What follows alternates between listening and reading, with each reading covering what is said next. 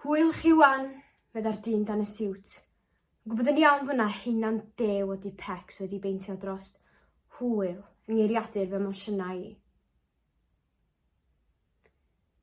O, dad yn lot o hwyl. Lot fawr. Dyna pan mae pobl o hyd yn gofyn wrtho fo fynd atyn nhw i ddeud jocs.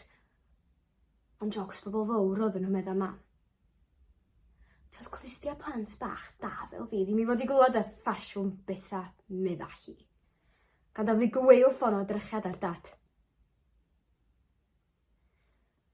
Mae'n swnio i mi fel bod gennych chi berthynas agos gyda'ch tad. Ydw i'n gywir wrth ddweud hynny? Fi o dad fyth yn flin po fi. Dim go iawn. Fy chwerthu'n gormod i fod yn flin. Ond yn sbio nôl, toedd yr olwg flinedig a'i lygu Tedi Beryl. Ddim fel ei bod nhw'n cytuno gyda'r pyliau o chwerthin, ond yn glywed yn gorweddian yn fy ngwely'n hwyr y nos, yn gwrando ar yn pasio ffenas llofft ar y ffordd adra o fod am lemonêd bach.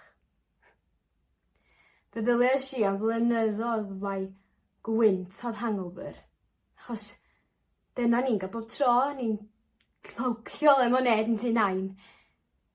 Ac yn fy meddwl bach i, dyna pam oedden ni welu am oriau bob bora, a phnawn Sul, yn dyngu llu na chyffyrddau o lemonêd fyth eto. Fysach chi'n hoffi trafod dipyn am eich plentyndod chi? Ges i ngeni, nes i dyfu dipyn am a fi!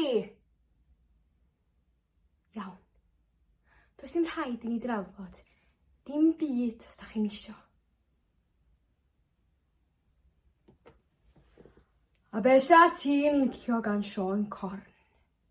Medda'r dyn. Gyda chlustog yn ei jersey. A oglas smokes mawr arno fo. Dad, please. Medda fi na. Alli gada Sean Corn yn agor fel dau wagan wheel yn ei benno, yn sbio i gyfeiriad y gwrachod.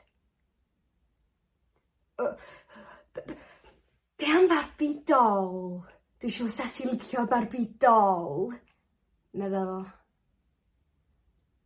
A dyna ges i. Doedd o'n fawr o slop yn wirionedd. Barbie doll.